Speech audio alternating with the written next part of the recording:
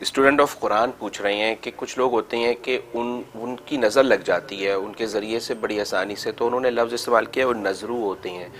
شاید یہ لفظ ہوتا ہو کہ وہ نظر لگا دیتے ہیں دوسرے کو، تو ان ایسے لوگوں سے کیسے بچا جائے؟ ٹھیک، یہ پوچھ رہے ہیں۔ اس کا طریقہ یہ کہ ظاہر ہے کہ نظر کے حوالے سے پریکاشن کے طور پہ بھی طریقہ بتایا کہ یہ دعا پڑھ لو، اور نظر جب لگ جاتی تو بھی طریقہ بتلایا گیا کہ وہ کرو، کیوں کہ النظر حق، نظر برحق ہے، احادیث میں آتا ہے کہ نظر لگ جاتی ہے، اور بعض لوگ جو ہے وہ عقلی طور پہ نظر لگاتے ہیں، بعض طبی طور پر اس کے خون کے اندر ہی اصل میں ایسے گویا کہ وہ جینز یا جراثیم ہوتے ہیں کہ وہ نظر لگتی ہے ان کی، وہ بعض دفعہ جو ہے وہ اس کے اوپر کسی بھی انداز سے دیکھیں، پیار سے دیکھیں یا حسد سے دیکھیں تو نظر لگ جاتی ہے، تو عام طور پہ ایسا ہوتا ہے۔ تو اس سے بچنے کا طریقہ کیا؟ اگر پریکاشن کے طور پہ بچنا ہے کہ پہلے سے آپ بچیں، کوئی ایسا بندہ دیکھ بھی لے تو نظر نہ لگے، اس کے لیے حدیث میں دعا آتی ہے بسم اللہ اللہم اذہب حرہا و بردہا و وصبہا،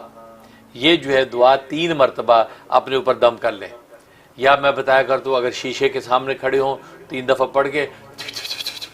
شیشے کی طرف پھونکے، اپنے آپ پہ پھونکے، تو گویا کہ وہ آپ اب محفوظ ہو گئے، یا اس سے بچوں پہ دم کر کے آپ کسی محفل میں تقریب میں لے جائیں تو ان کو اب نظر نہیں لگے گی، اگر کوئی نظرو ہوگا بھی اب اس کی نظر اگر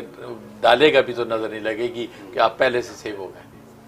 ایک ایک نظر لگ گئی ہے، اب کیا کریں؟ اس کے لیے حدیث میں جیسا کہ آتا ہے سورۃ قلم کی آخری 2 آیات، سورۃ قلم کی آخری 2 آیات یہ 7 مرتبہ پڑھ کے ایسے بچے کے اوپر بڑے کے اوپر دم کریں، خود ہے تو خود اپنے اوپر پڑھ کے دم کریں، 7 مرتبہ روزانہ 3 دن کر لیں، انشاءاللہ کسی بھی قسم کی نظر جو ہوگی وہ ختم ہو جائے گی، ٹوٹ جائے گی اور حفاظت ہو جائے گی۔ جی حضرت، کیا نظر کسی کی تصویر دیکھ کے بھی اس کو لگائی جا سکتی ہے؟ جی بالکل،